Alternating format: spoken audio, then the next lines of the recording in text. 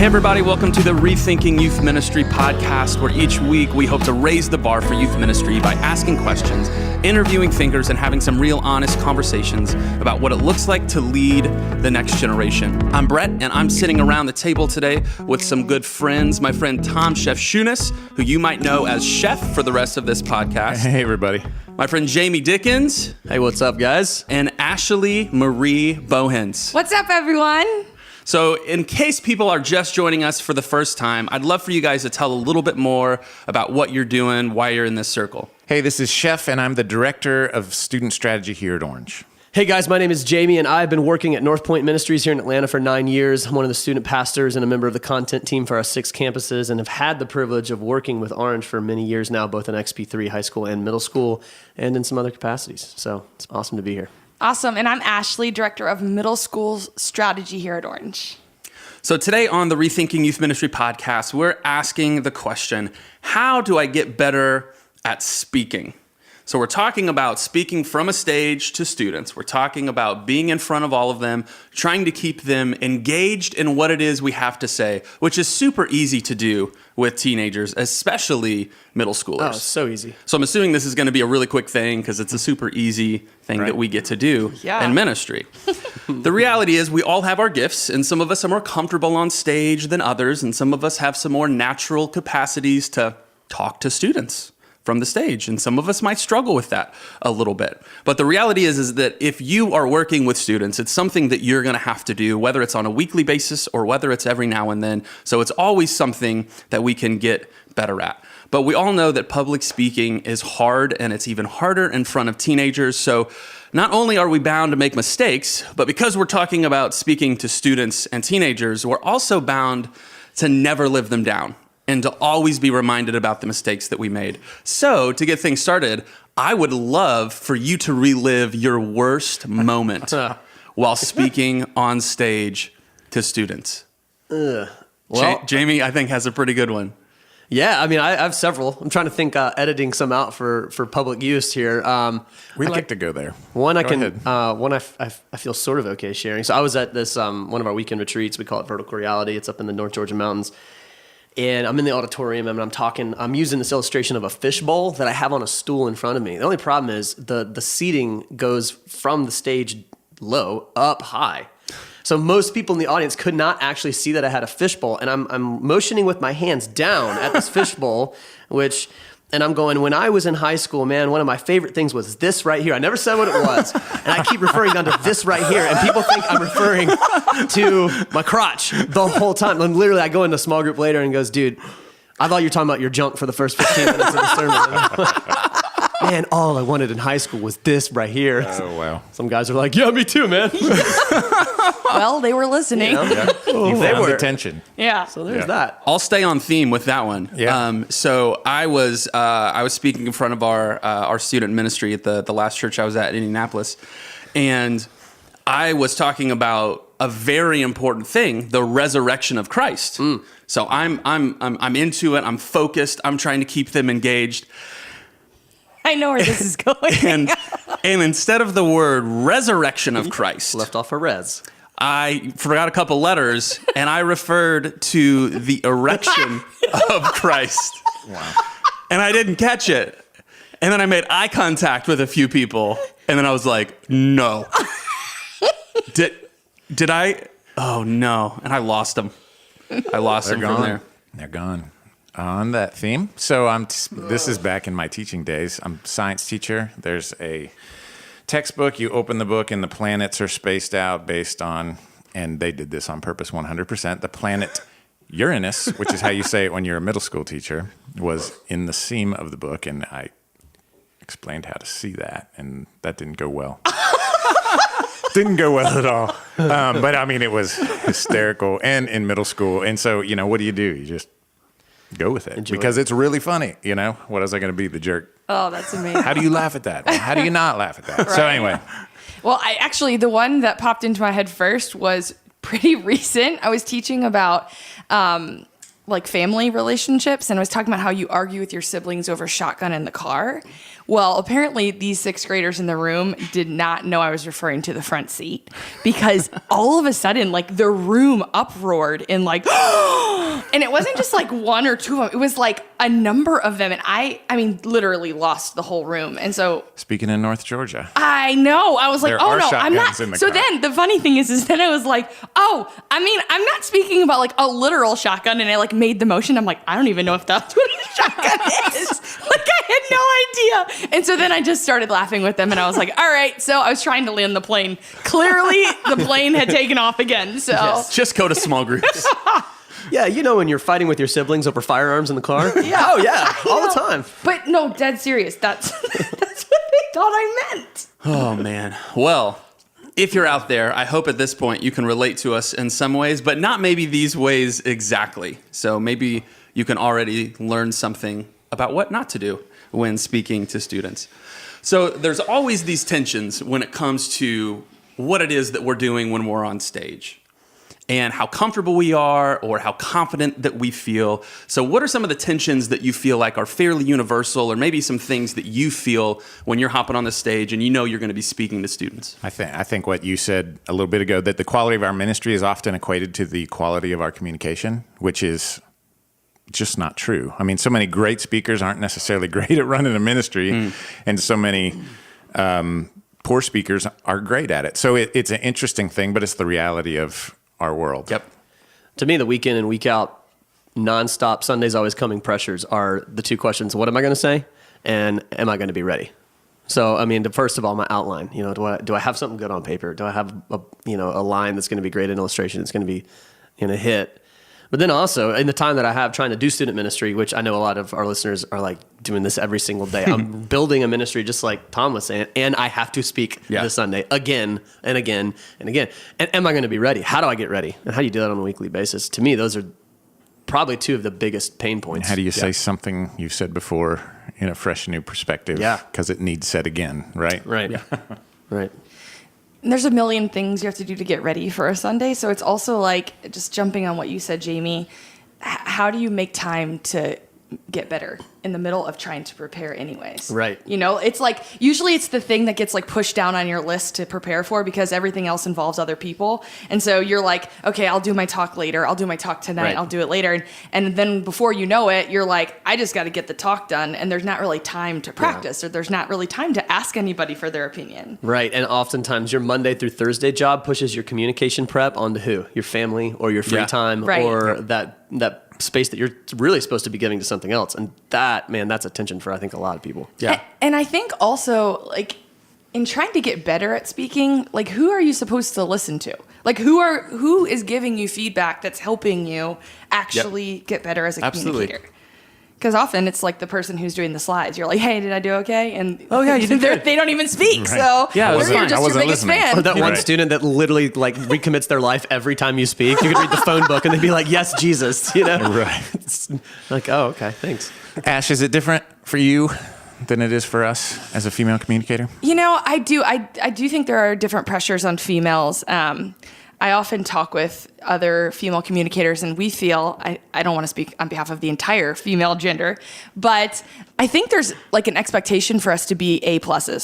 And so I feel like oftentimes when a female takes the stage to communicate, if she's not an A+, it's like, oh, okay, well, I don't know if we're going to ask her back again. But in my humble opinion, a guy could take the stage and be a C, and they're like, oh, he's a growing communicator. He's going to be so good one day. And it's like, it's such different standards. And so the pressure feels so heavy on females. Right. I'd speak up here as a man on that, not just leave it to you to say this. I think probably in the past decades, a lot of the male leaders we've invested in male leaders. And so now when it's a time for a female to speak, you really just do get your one shot. There isn't really this sense of, I'm going to start from square one with you because no one's been investing in you since you were 15 Which makes to be a speaker. Which makes it hard to find willing participants. I mean, I ask females all the time because I want them in front of the girls and the guys in our audience. And I get turned down all the time that they're just, I wouldn't be good at that. And I'm thinking, you would be great at that. And then, Ash, I'd love your opinion on this, because to me,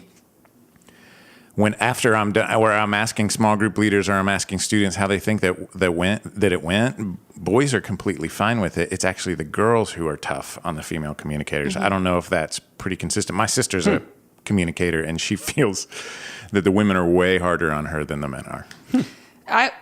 I definitely experience that sometimes. Females sometimes are not each other's biggest fans. Right. You know, in addition to that, I don't really blame the fact that there's not a lot of female communicators, because there's just not a lot of females who have enough reps. No, that's right. You know, there's And just reps not are a lot of important. opportunities, and female speaking in the church it's kind of a new thing. And so there just hasn't been an on-ramp long enough for females to be comfortable enough or to be put in positions where they would feel good about that. And in addition to what you said, Chef, Right. I think students have no problem listening to female communicators because they have female teachers. Yeah. You know, just like female students have no problem listening to male communicators because they have male teachers. I think oftentimes it's the older people, like your small group leaders or the parents, who have a bigger issue with it than students do.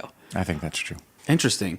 I think one of the challenges of our current time is that there are so many opportunities for us to hear world-class communicators, and not for us to hear that, but for everyone to hear that. And so when it comes to, you know, who we're listening to and what we're watching, we tend to judge ourselves against those people. And, you know, when we think about A TED Talk or a 100 hours of preparation Exactly. for a 20-minute talk. Right. Or we go to some convention and Right. it's somebody who literally travels around and that's the only talk that they do, and Yeah. we've got to write one in 4 hours every single week, or learn one, whatever it is. And we get down and we're like, man, I don't think I did as well as A or B or C probably did this week. And we get down on ourselves and we can't quite find our voice because we're trying to figure out how we can be like this person or that person. That's great. Yeah, I think it's important to know what your win is when you're communicating, because it can't be just another person. It can't be just, I see somebody else communicate and compare myself to them. You have to have on the ground wins, like what's happening in your room, what's happening in your students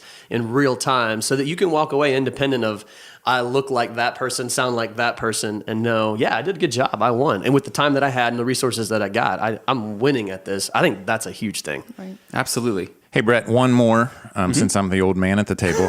I often wonder, like, how long can I do this? How old can you be to be, communicating to middle schoolers or high schoolers? I don't know. How long do they take you seriously? So that's attention, I feel. I remember when I started ministry, I asked some people who were further down the road than me one piece of advice they'd give to me, and they told me, I don't remember whose quote it was, but middle school students are drawn to the oldest person in the room who takes them serious. Yeah, that's a Duffy Robbins quote, I think. Yeah. Okay, Yeah. well, good to know, Yeah. Duffy. I love you. And I think it's true. You can be an older communicator to middle school students and still connect with them. I'm not saying that like every single person who gets far away from their age group, I didn't want to say the word old, can do that, but You can not say the word, but it still means the same thing. True. So, but I mean, Duffy, if you've ever met Duffy, I don't know how old Duffy is, but he's older than me, but he's incredible. But he takes middle schoolers and high schoolers seriously. Like, he connects with them at their level, which is, really part of the preparation, and really we're kind of moving into the next part. So we feel this tension, and Brett, I'll let you lead. Yeah, we feel these tensions, but at the same time, there is some truth and insight that we can learn, that we can grow, that we can get a little bit better with this. So what are some of those things in your all's experience and your knowledge that you've gained from other communicators, from other people that have kind of spoken into to your gifts that have helped you take that next step in becoming better at speaking to students, to teenagers? Man, I think a huge one for me is having an approach to writing or editing. So like content on the front end. I think for a long time, I did not have a way that I was communicating, meaning building a talk. Yeah. And when someone sat down with me and gave me a way and said, hey, I want you to spend the next year just mastering this way, it changed everything. I mean, it's kind of like a golf swing or something like that. It's like you don't swing like one person one way and then like another person the next way. You just pick a way and you master it. So for example, the way I build an outline, and I mean every outline that I give, and I give all kinds of different talks with all kinds of different starts and stops and everything, but in general, I pick a main point, something that I want students to get to, and it's like my main thing. I pour all my best illustration, my creativity, and my energy into it. And then I ask two questions after that. How can I build an on-ramp to it? So like from wherever students are, because they don't walk in the room caring about what I'm about to say. How do I build an on-ramp to that? And then how do I build an off-ramp from it into their lives? Yeah. And to me, that's the paradigm for how I write a talk. And it's not the only one. It's just a one. Yep. And it's like a main point, an on-ramp, and an off-ramp.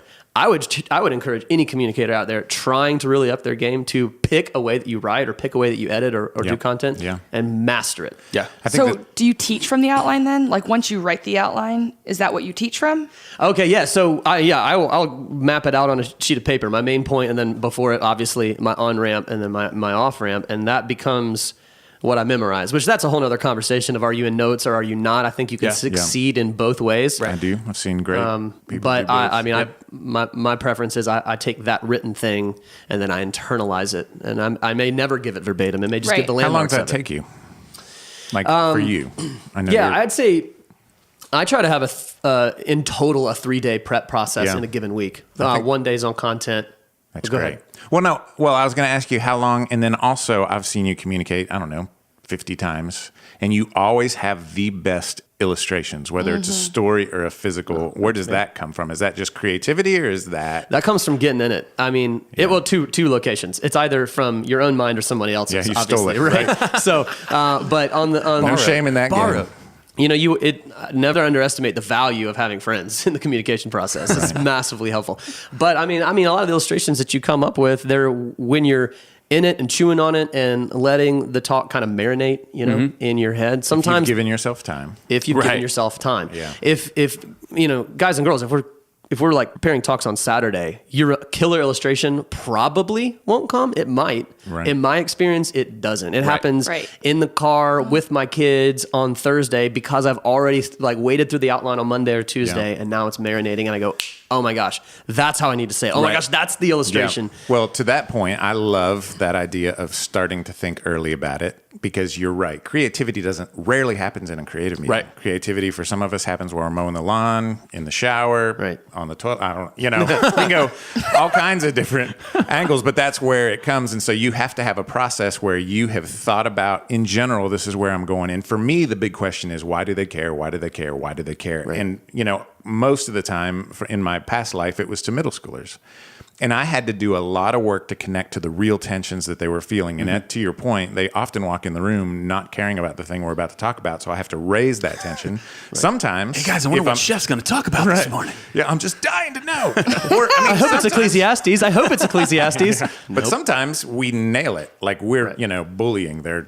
They've been thinking about it. So, you don't have to raise the tension and you can move from there. But I can always tell someone who hasn't prepped, it's usually a young male who's got a young wife at home. And you guys, you just won't know what it's like to you just can't imagine holding a baby in your hands and looking at that. And it's like, bro, you totally missed. Exactly. They can't imagine. They have exactly. And if they can't imagine, and they aren't, don't get them. If you say it 7 more times, they might have a better understanding. I mean, and I'm guilty of it, and we're all guilty of running up on stage and not being, because as we talked about, it's a real tension. So for me, when I add up all my time for a 15 or 20 minute talk, it's 4 or 5 hours. So I've looked at it for 20 or 30 minutes on Monday, and it's never straight. Like it's rarely straight.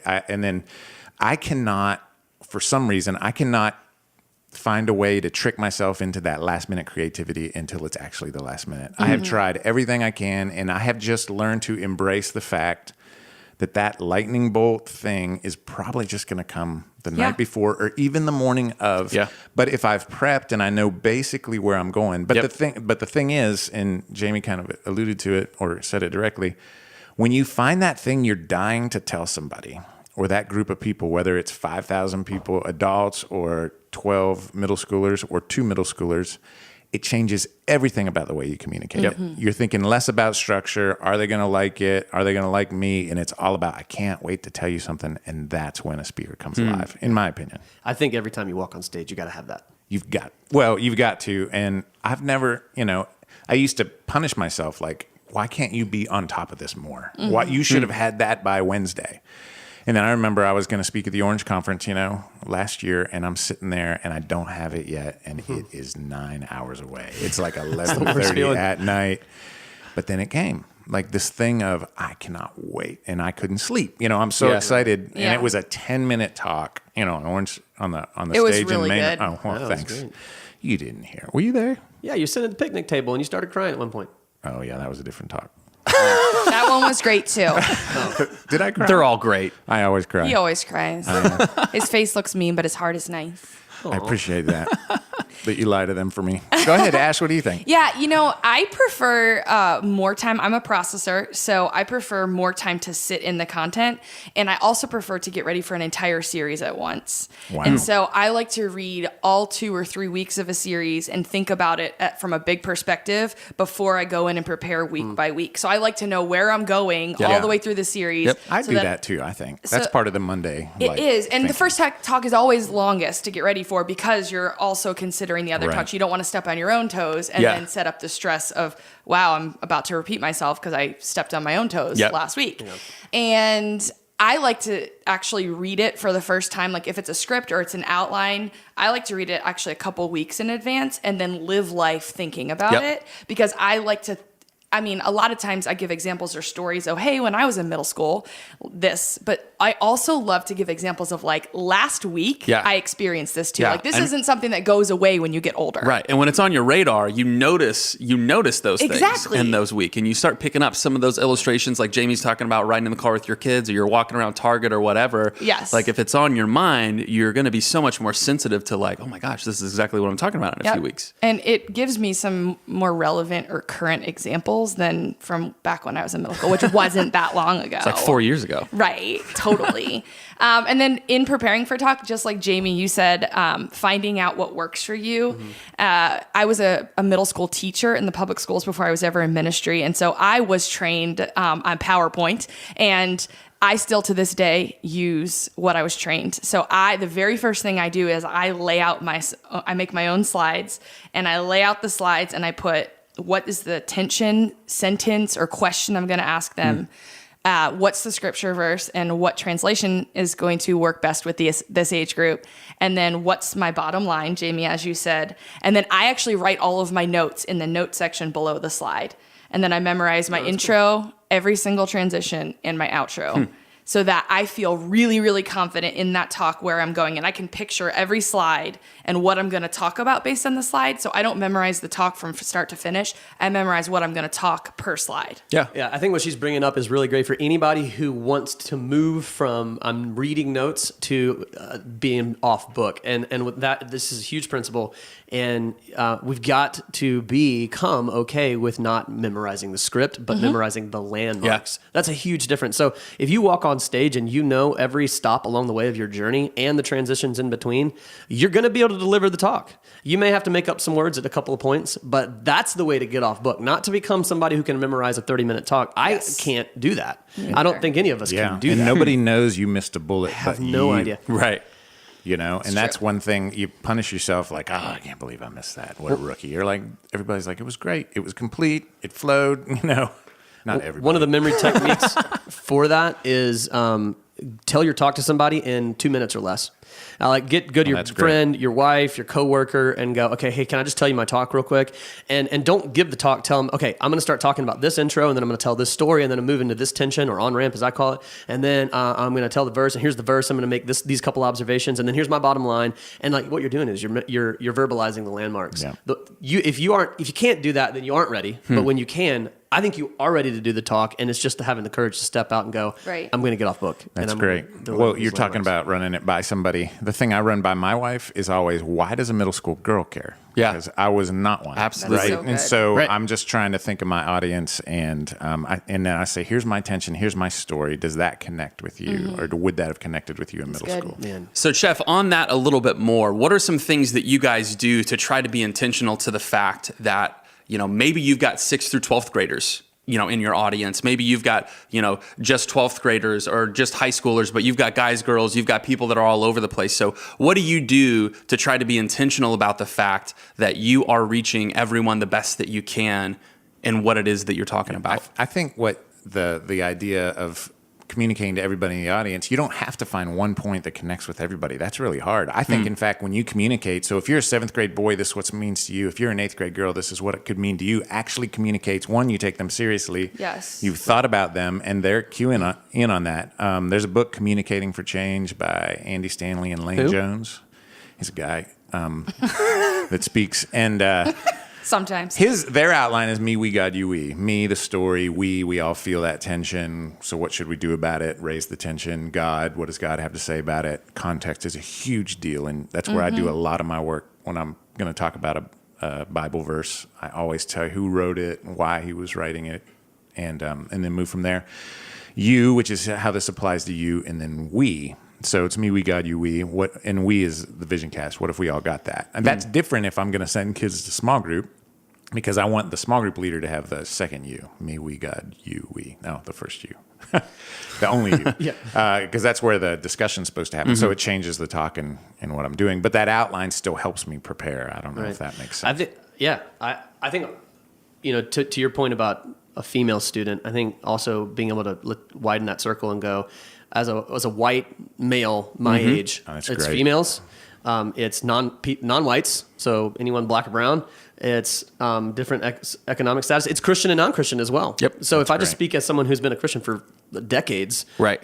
someone who's in the room who's not, and they go, dude, I have no idea what you're talking about. That's one of my favorite things to do is so if you haven't been around in Christianity, this is why we do that. And there's a ton of Christians in the room that are going, oh, that's why we do that. Right. So it's a great way to kind of teach. And Chef, to your point, I think it's either having people that you can go to that ask that know that culture. You can say, hey, can you be a person I just run some things by? And oftentimes you may go, no, you got it. And sometimes they may go, well, hey, you need to think about this. Right. That's a huge one. I think just in your life, spending time around those people is also helpful, because then you begin to understand their perspective. You begin to think, oh, I have a bigger bubble now. Yep. In your talk, I was going to say this last thing. Yeah. In your talk, where I think Chef was alluding to this, where you can really show people that you are doing this, is both on the front end and the back end. So on the front end, when you're building that tension or the on-ramp and you're saying, hey, here's why you should care about this. Don't just give the you answer. I do this a lot with Christian and non-Christian. I'm like, hey, if you're not even a Christian, here's why you still care about this, because Right. you've experienced this. And they're like, Yeah. oh, thanks for good. pointing that out. But Yeah. that's the same. Sometimes you got to do that for a female when I'm speaking. Like, hey, ladies, I understand that what I just gave was a guy example, but for you, maybe it's this. I asked some of my friends who are females, and they said this or that. And then on the back end, when you're applying it. So I've just told you a verse and a principle, and some of you need to go do this. But hey, there's another category of you that maybe this is where you're feeling it. In another category, you're showing them that you feel like there's a breadth of absolutely. an audience. And so I think practically in your talk, you got to look at the big, sort of the on-ramp and the off-ramp, or the beginning and the end, and go, that's where I need to make sure I'm getting And that's multiple why it examples takes- or multiple perspectives. It takes so much time. I think being on staff at a church, you have less and less time, FaceTime with students, Yeah. because you're also pouring into parents, you're pouring into small group leaders, and if you have a staff with you that you're leading, you're also pouring into them. And so I think as communicators, we have to be really intentional about being in their world, even when we're not face to face with them. And for me, I mean, just recently I was watching the VMAs, the Video Music Awards, trying to figure out what's going on in culture, or the Teen Choice Awards, figure out what's going on in culture. Because I think one of the best things you can do to be a better communicator is to know your audience better, because you will connect with them. You'll feel more comfortable with every example you give and every every story you tell, because you know how it's going to connect to them. Yeah, I think it's so. I mean, we talk about this a lot with this culture, is that they are so good at sniffing out fake and inauthentic. And so the more you are who you are on stage, whether it's somebody that they're like, yeah, I want to be like that or not, like they're gonna connect with that. They're gonna respect that. Yeah. So what does that look like for you guys when it comes to owning who you are, being yourself, just being authentic and genuine on stage? What does that look like for you guys when you're speaking to students? Well, I know early on, I was young when I started speaking. And I think one of the biggest steps for me, and maybe it is for a lot of people out there, was someone at one point, I think it was Lane, actually said, you need to speak as if you're supposed to be there. Because it doesn't That's a sound great like point. you think you're supposed to be I've there. heard him make that point to lots of communicators. And he was right. Yeah. Because I wasn't being me. I was trying to be someone else that I thought people would like, or that they would give the approval to. And it's just like, hey, you're good enough. Just be you. And I mean, as simple as that sounds, that was a big step for me. Yeah. Just being okay with who I was. So I have a rule to never lie from stage. And it's, I mean, even when you're telling a story or you have a story that's almost the exact point. And to me, here's how I feel about it. If you don't have a story that connects with the tension, that's not a good enough tension. Yes. Like you should have felt that tension somewhere. And if you don't have a story that you can't, I mean, I'm not saying you don't not exaggerate. You don't magnify some parts and minimize some other parts, and be careful with your stories. Don't overuse your stories. Another piece of advice I give to people all the time is you told 5 great stories there that you could have just told one of those. Yeah. And save those 4 because there are more talks coming for you. For weeks 2 and 3. And tell that story really well. Yeah. Like just tell it well, find the tensions. That's what I practice in script, are my stories. Really good. I think the biggest gift somebody gave me was when I was student teaching. They had me go observe like 15 different teachers in the school. And they were different ages, they were different subjects, and I was supposed to write down what it is I thought they did amazing, what it is that I thought could use some work, and what would work for me. And it was really a gift to me to go and intentionally watch that communicator. I'm like, oh my gosh, I loved how they opened their class. That was so fun. It will never work for me because I'm not that fun. But, like noticing, like, first of all, figuring out who I am. Yeah. Because as young communicators, you want to find your own voice, but you don't even know your own voice yet. Right. And so I think being intentional about watching other communicators, figuring out how they do it, and not trying to mimic or copycat them, but take little nuggets from each person you see and figure out what that looks like for you. And you might change it a few times until you find what it is. But I can also say that I've been communicating for over 13 years, and I still to this day struggle with confidence of being who I am in my voice when I'm surrounded by so many amazing communicators. Absolutely. Well, this has been an awesome conversation, probably one that we could have for another couple hours, but we want to wrap things up. So any last tips that you guys have on what it looks like for us to become better at speaking to students? I'd say get as many reps as you can. I mean, practicing your talk counts as a rep. Leading a meeting counts as a rep. Just like weightlifting, you have to increase your reps before you increase your weight. Speaking works the same way. Awesome. Yeah, I would give one on the presentation side. One of the best questions that was asked of me, I think will immediately make your communicating better, is simply this: do you need more engine or do you need more brakes? If your talk is a car, does it tend to need more engine, meaning there's moments where you need to get more passionate and more like a pastor, or do you need more brakes? Like you're excited all the time, it's really fast, and someone's like, slow down. Jamie, which is it for you? It's a mystery to me. I have no idea. No, I need pump the brakes. So ask that question and then start directing your communication. Start planning moments where you apply brakes or hit engine. Immediately your talks will get better. That's a great point. Great. I remember when I did my first talk at North Point, and Joel Thomas came in after my first talk, and he said, "It's like you started the national anthem too high." It was like, which was the perfect tension of how do I come down from this? So that was a bit of my advice. I think that you just need to ask a better question. I mean, I love the passion behind how do I become a better communicator, but I think a better question, and it's a little bit clumsy, but how do you communicate better? Meaning you've thought about your delivery, you've had enough time to prep, and who's my audience? So how do I communicate better to my audience? I think those are really important things to think about. It's great. Absolutely. Awesome. And if we wanted to give some ideas on what some next steps could be, whether that's for us as we're all communicators and we all are continuing to try to get better at what we're doing to be more engaging. And I'm assuming if someone's out there listening to this, they would probably also agree with that. So what are some things maybe that we've read, that we've been a part of, that have been helpful for us, that we might want to encourage people to check out to help them, give them some next steps? I love Communicating for Change by Lane Jones and Andy Stanley. It's a great place to start.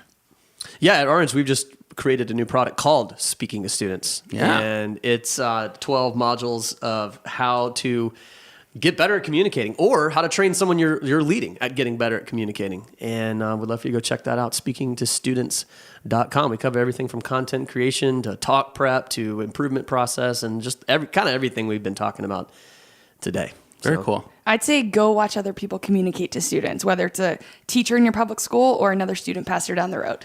Or a podcast or online. All those things are available. True. Absolutely. But when you're in person, it's different. Right. You want to see see it. it. You can see how they You wanna manage a see it. room, Yeah. too. But here's the other thing. Just do one thing at a time. Yeah. You don't have to become whoever it is your hero is overnight. Pick a thing, anything you've heard today, and do it in your next talk, and then pick another thing.